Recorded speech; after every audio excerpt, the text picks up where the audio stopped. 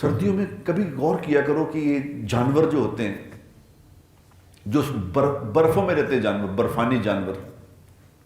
اب چھوٹا ایک کوئی شمالی امریکہ میں ایک چوہا، میں نے اس میں پڑھ رہا تھا کتاب میں لکھا، شمالی وہ چوہا ہے، سردیوں میں برف باری میں رہتا ہے وہ چوہا، چھوٹا سا چوہے کی طرح جانور ہے۔ اب وہ جو اس نے اپنا بل سا بنایا ہوا گھر بنایا ہوا ہے، وہ سردیاں آنے سے 3 مہینے پہلے ہی خوراک جمع کرنی شروع کر دیتا ہے اندر، کہ سردیاں آنے والی ہیں، پھر باہر خوراک ملنی نہیں، اندر سٹور کرنی شروع کر دیتا ہے۔ وہ اتنی خوراک سٹور کر لیتا ہے اندر جو پوری سردیوں کے لیے کافی ہوتی ہے۔ اب یہ کون دیتا ہے سمجھ اس کو یہ عقل کون دیتا ہے؟ ایسے ایسے جانور ہیں جو اپنی سردیوں میں برف باریوں میں اپنی کھال بدل لیتے ہیں، اپنے اوپر فر بدل لیتے ہیں، یہ وہ تھوڑی بدلتے ہیں،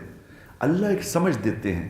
اللہ ایک عقل دیتے ہیں کہ اس میں کیا کرنا ہے، اس میں کیا کر رہے ہیں، کیا اللہ کی ذات میں غور کرنا،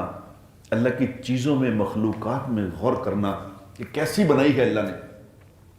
یہ اللہ تک پہنچنے کا ذریعہ ہے۔